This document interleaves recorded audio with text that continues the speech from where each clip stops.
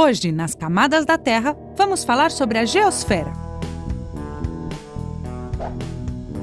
A geosfera é a camada interna da Terra e vai da superfície até o centro do planeta. Esta camada nos proporciona um terreno sólido no qual podemos viver.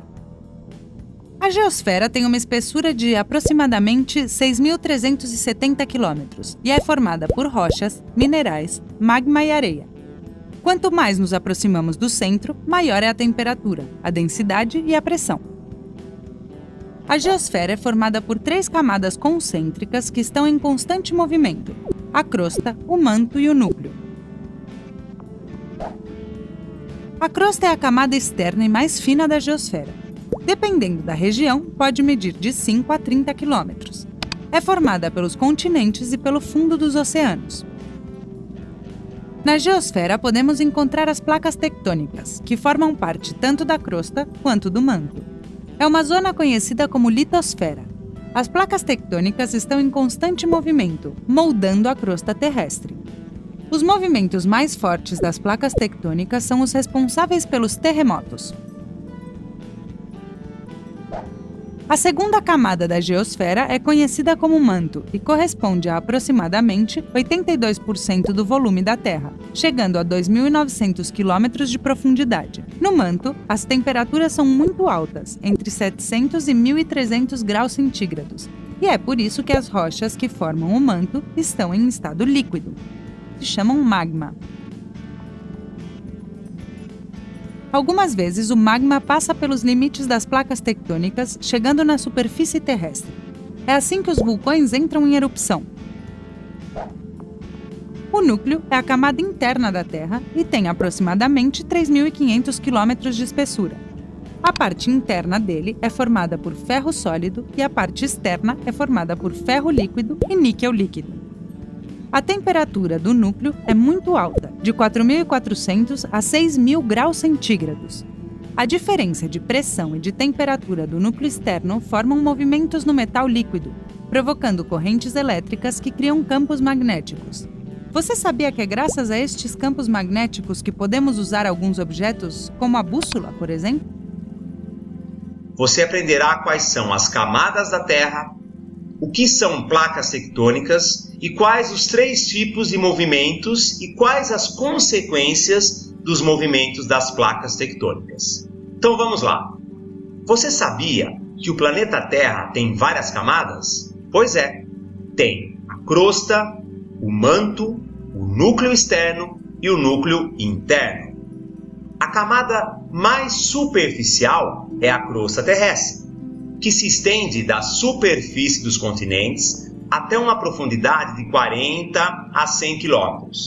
Nós e os demais seres vivos vivemos na crosta terrestre. Ela inclui o solo e o subsolo e os oceanos. Abaixo da crosta tem a segunda camada, que é o manto. O manto possui uma espessura de mais ou menos 2.800 km e sua temperatura é de aproximadamente 1.000 graus Celsius. É muito quente. Dentro do manto existe o magma, que é o material que forma o manto. O magma é pastoso e, devido ao calor gerado no interior da Terra, esse magma está em constante movimento. Assim como acontece quando colocamos água para ferver. Ela fica borbulhando, não é mesmo? Fazendo movimentos de convecção, ou seja, movimentos circulares em que a água quente sobe e a água menos quente desce, circulando constantemente. Com o magma acontece a mesma coisa. Acontecem os movimentos de convecção. E qual é o resultado disso? Esses movimentos fazem o magma movimentar a crosta terrestre.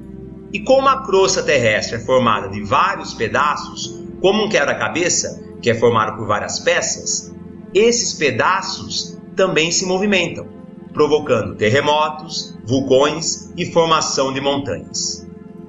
Os pedaços da crosta terrestre se chamam placas tectônicas e os continentes e oceanos estão sobre as placas tectônicas, ou seja, em cima delas.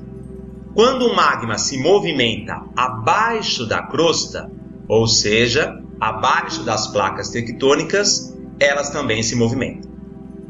Existem 3 tipos de movimentos de placas tectônicas. São eles: o choque, quando as placas se chocam, se trombam; o deslizamento, quando elas se deslizam, raspam uma na outra; e o afastamento, quando elas se afastam uma da outra.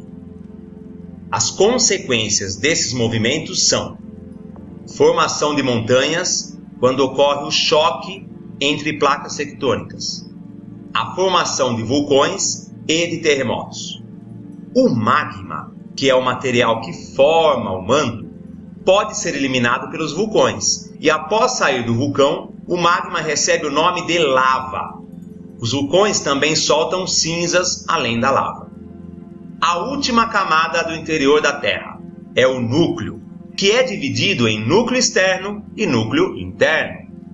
Sua temperatura pode chegar a 6.000 graus Celsius e é formado basicamente por ferro e níquel, que são metais.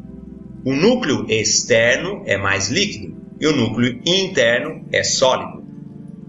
Vocês devem estar se perguntando: como que é possível saber sobre o interior da Terra se não dá para ir até lá, pois é muito quente e profundo?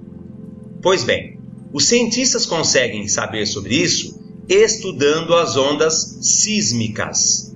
O que é isso? As ondas geradas pelos terremotos. E também analisando o material que sai de dentro dos vulcões.